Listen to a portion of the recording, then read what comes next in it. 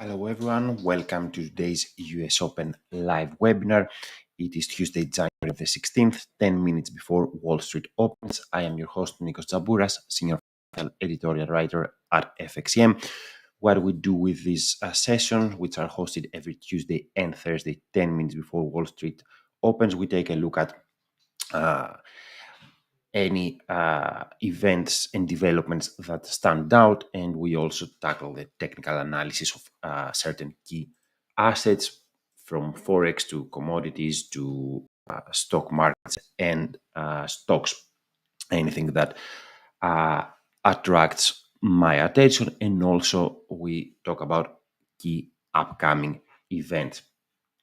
This week has been a bit subdued so far as Wall Street was closed yesterday and US traders returned today from the long weekend. Today, it was mostly about the wage figures. So we're going to talk about that.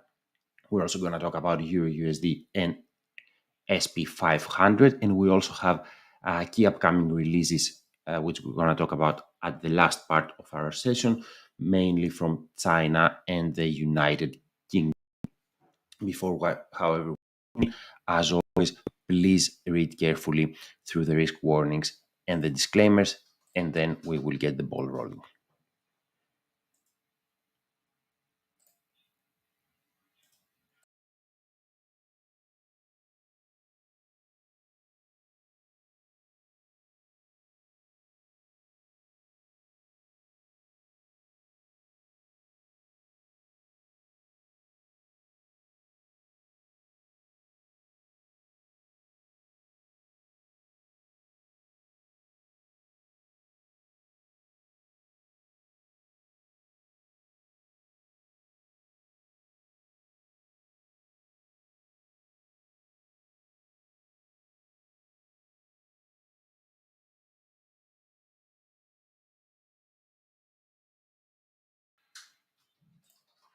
Once again, please read carefully through the risk warnings and the disclaimers, and please bear in mind that anything discussed here does not constitute investment advice and should not be construed as such. Let's give you a few more seconds to do that, and then we will begin.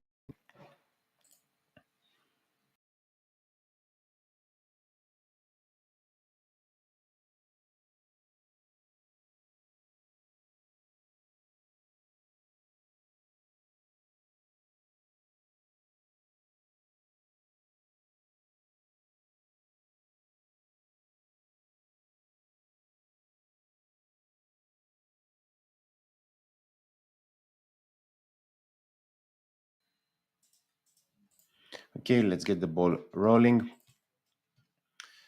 It is mostly about USD strength so far, emanating mostly from geopolitics and risk aversions around that, mostly around the Red Sea hostilities, which is, of course, the entry point to the Suez Canal, and where much of the world's trade goes. We also had, so we're going to start with Euro USD, which we already have on the screen. Then we're going to move on GBP USD and talk about today's easing wage growth data. Then we're going to move to the SPX 500, and we're going to talk about key economic events, which include data dump from China and UK inflation figures. So that's what we will be covering today. Of course, if there are any questions, if there are any opinions, if you have any comments on what we discussed, and if you want to share your opinion with us, please do so by typing in the chat box. So starting off with Euro USD, we can see that it slides today as the greenback attracts safe haven flows, mostly from the hostilities in the Red Sea, which we already talked about, and which of course pushes up trade and shipping costs, and thus can impact global inflation. The pair you can see on the chart tests the pivotal 38.2% Fibonacci of its Q4 advance. and the breach could lead to a deeper correction towards December lows at 1.0722. However, if we take a look at the RSI, for example, we can see that this drop is a bit stretched. You can see how it's the relative strength index is already in oversold territory. And in general, the downside appears well protected. You can also see the 200 days exponential movement, the blue line at around 1.08, which can also provide support.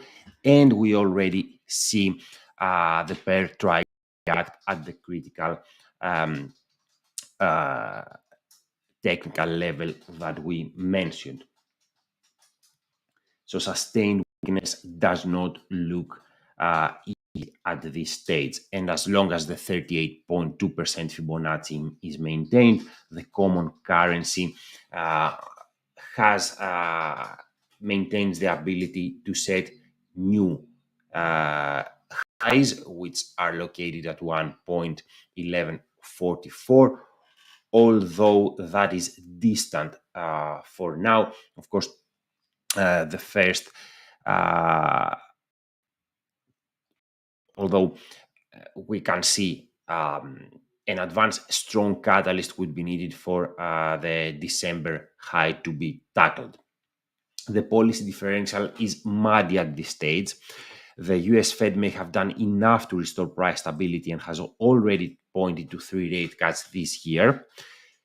The ECB, on the other hand, has made more progress on inflation, which is already below 3%, and has pointed to peak rates, but has not really embraced the rate cut talk. We have seen this week some speakers talking about lower rates on the ECB front, but not imminently, while others have pushed against such an outcome. So it is a bit muddy, but expectations around the Fed seems to be more aggressive at this stage, and this can be supportive of the pair. On the other hand, even though the ECB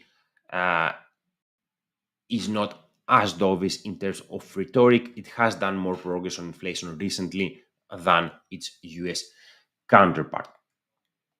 Now let's move on to the British pound against the US dollar. A similar image here as the pair slips today.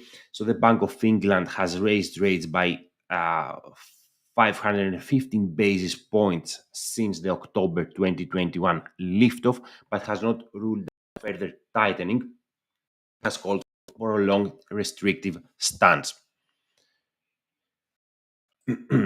Officials are troubled by a wage price spiral with high pay growth and inflation far above the percent target, while the upcoming increase in the minimum wage could put even more pressure.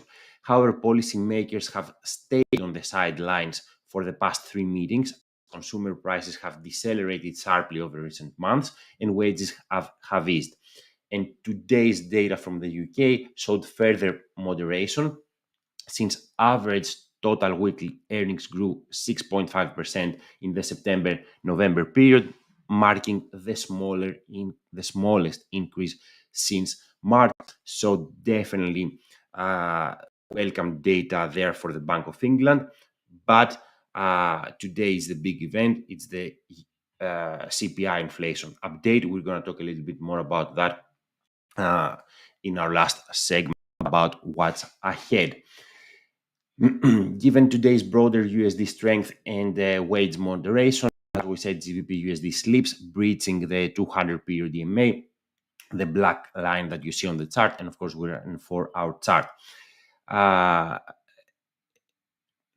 This exposes the pair to its December lows at 1.2499, but further losses towards and beyond 1.2307 have a higher degree of difficulty.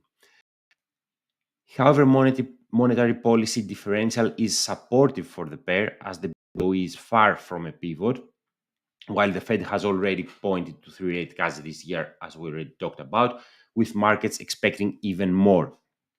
Above the as the 200 period EMA is defended, bulls are on the driver's seat and can set fresh highs um, above 1.2828, although 1.3142 looks distant. Again, we expect key data from the UK tomorrow as well, so these are going to determine the next leg of the move. And with the US session already underway, let's move to the SP 500. And of course, if you have any thoughts on what we discussed or any questions, feel free to type them in the chat box. Now, after a banner 2023 for Wall Street, the new year has started on a subdued manner. Today, we're seeing some risk of sentiment on politics and mostly lackluster banking earnings so far do not set a very good sign, creating some pressure, some headwinds for the index. Of course, as we said, US markets were closed yesterday and have returned today. Now, headwinds create scope for a slide, but strong catalyst would be needed for a move below the 200 period EMA, which would pose the bullish bias. This is located around 4,687. But there is also a 23.6% Fibonacci following closely below that. And although a breach of this level as well could lead deeper corrections, correction is strong would be needed for that. In any case, with prospects and definitely aggressive expectations by markets for a Fed pivot and the new earnings season getting underway, dominating news, bulls are clearly in control with the ability to finally set new record, the current one being at 4,820. And with that said, let's move to our last segment for today's session, which is what's ahead. We have a data dump from on Wednesday.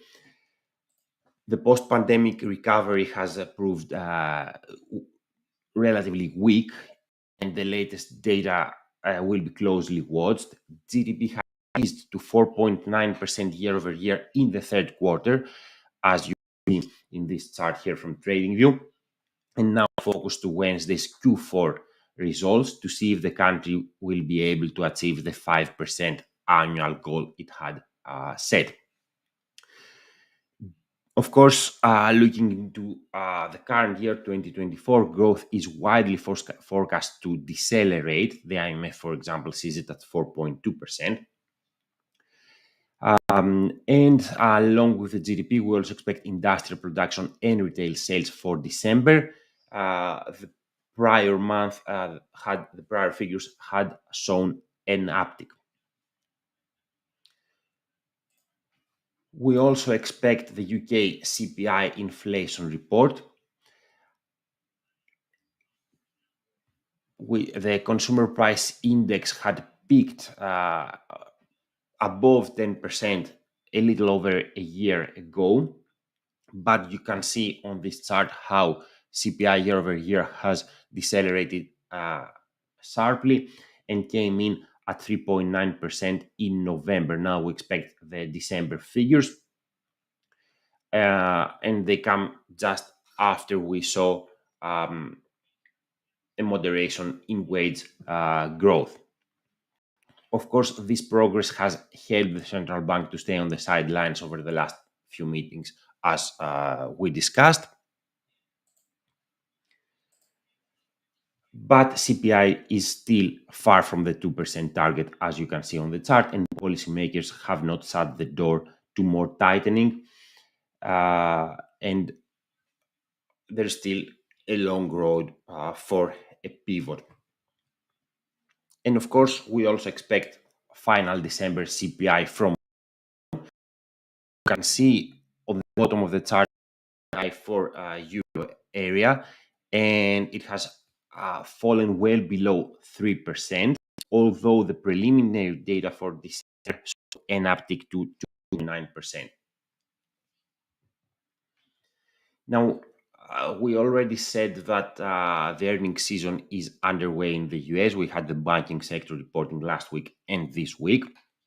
And before big tech picks up the baton, another company that I'm looking forward to is Birkenstock, the German shoe sandal maker, because it was one of the hottest IPOs of 2023, NISE IPO in the New York Stock Exchange. Not as hot as, of course, as chip designer ARM, but still a hot IPO, with the help, of course, from the hype from being featured on the blockbuster Barbie movie. And currently, the Birkenstock has a market cap of roughly 9 billion. So why am I looking at that? Because it was one of the hottest IPOs, as I said, and because it is the first report from the company as a publicly traded company. So that is pretty much it from me for today. We will talk again on Thursday, 10 minutes before Wall Street opens, as always, to talk about the outcome of the upcoming releases we talked about, and anything